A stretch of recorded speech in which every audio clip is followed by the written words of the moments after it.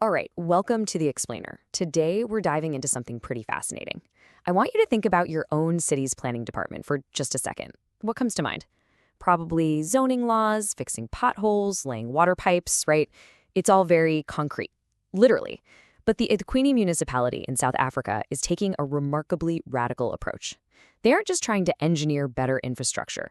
They're actually trying to formally mandate and operationalize something as incredibly abstract and complex as social harmony. Now, you might hear a quote like that and think, sure, that sounds like a really nice PR slogan. But here's the thing, it's not. This is an actual, legally binding municipal vision that dates all the way back to their 2000 long-term development framework. And putting this into actual policy sets the stakes incredibly high. Think about it. When a local government commits, on paper, to engineering a caring society, they are holding themselves accountable to an exceptionally ambitious standard. So the big question is, how on earth do they actually plan to get there? To understand that, here is the blueprint we'll be breaking down today. First, the vision for 2030.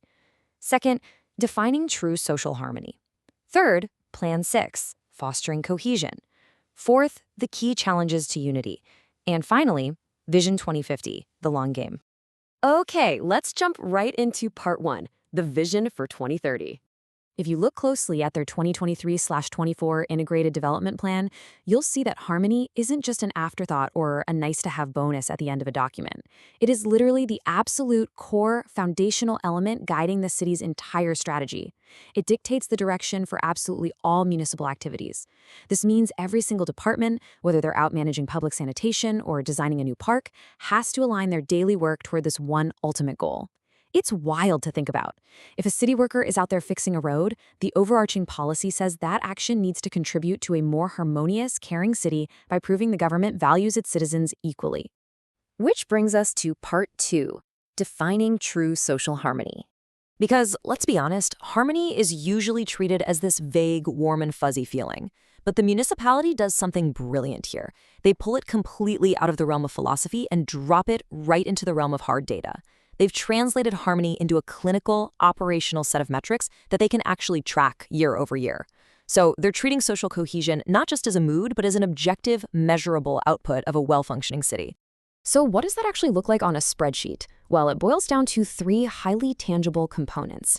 First off, citizens absolutely must have a high quality of life with equal opportunities, meaning economic growth has to actually benefit everybody across the board.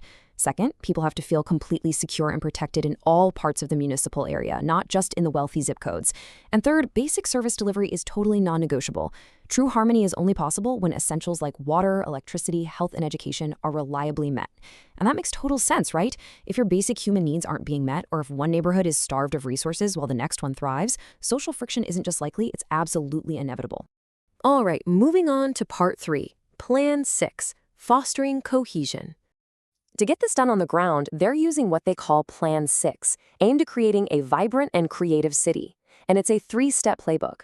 Step 1 focuses on developing citizens who embrace mutual respect and the core philosophy of Ubuntu.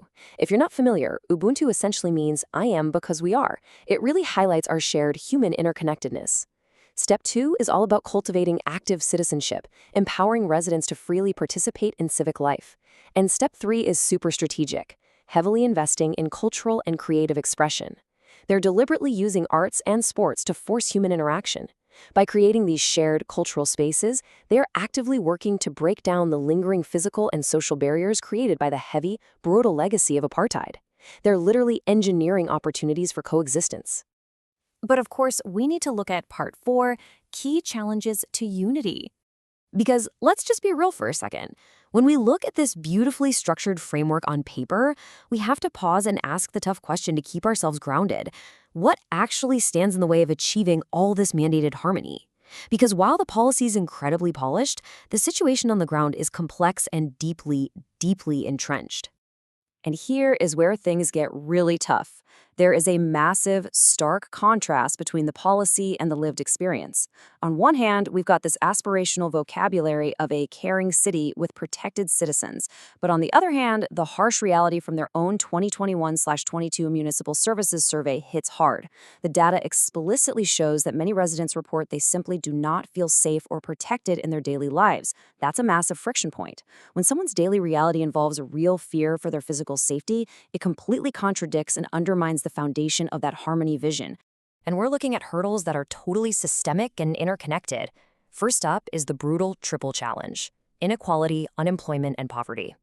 Look, when people can't find work or feed their families, social cohesion absolutely shatters. Second are those serious safety concerns we just touched on. Third, you cannot ignore the ongoing legacy of apartheid. We're talking about severe spatial segregation, where the physical layout of the city still isolates communities, putting these vast distances between residential areas and economic hubs, which totally limits integration. And finally, service affordability. There is real tension and dissatisfaction over the high costs of rates in municipal services. If people can't even afford the services that guarantee their quality of life, the whole harmony blueprint just breaks down. So, how do they bridge that massive gap? Let's look at Part 5, Vision 2050, the long game. To get from today's massive roadblocks to tomorrow's harmony, eThekwini is relying heavily on the district development model, which is often called the One Plan. They are looking way out to 2050, expanding the vision to become a socially cohesive and culturally expressive smart port city region. In human terms, that means creating a highly efficient, tech-enabled economic hub that generates enough actual prosperity to lift everyone up, not just a select lucky few. It's a very real strategic acknowledgement that true, deeply rooted harmony isn't some quick fix. It's going to take an entire generation to fully pull off. To put that timeline into perspective, think about this number: 5 million. That is the projected population expected to be living in eThekwini by 2050. This entire blueprint we've been unpacking today is designed with that immense scale in mind. The goal is that every single one of those 5 million people will be empowered, healthy, and safe. Engineering a system that equitably supports that many individual lives, that is a staggering logistical and social undertaking. So as we wrap up this explainer, I want to leave you with this final thought to chew on. We've gone through the precise operational metrics, the new definitions, and these incredibly ambitious multi-decade plans. But can a municipal policy document, no matter how detailed or how visionary, truly engineer social harmony from the top down? Can careful planning and objective data really overcome decades of systemic historical division and the brutal everyday reality of poverty? It's a profound question, and honestly, only time and the people of eThekwini will be able to answer it. Keep questioning how your own community is building its future. We'll catch you next time.